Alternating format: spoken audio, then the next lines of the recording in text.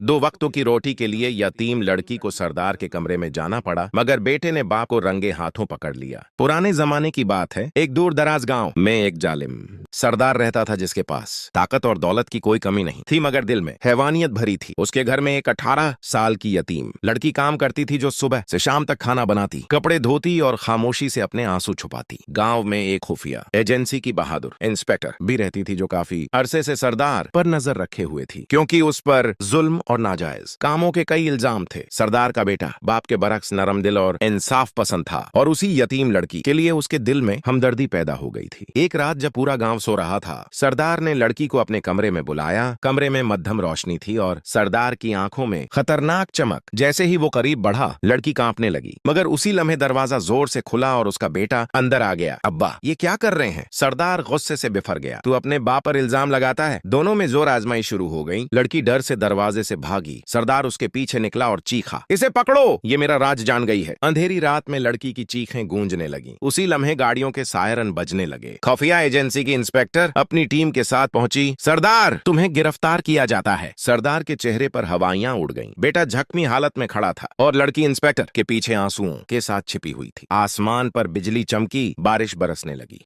और सरदार हथकड़ियों में जकड़ा हुआ खामोश हो गया। लड़की ने आसमान की तरफ देखा और कहा, अल्लाह ने मेरा इंसाफ खुद ले लिया। उस रात गांव की फिजा बदल गई। जालिम का अंजाम हो चुका था और एक यतीम लड़की की खामोश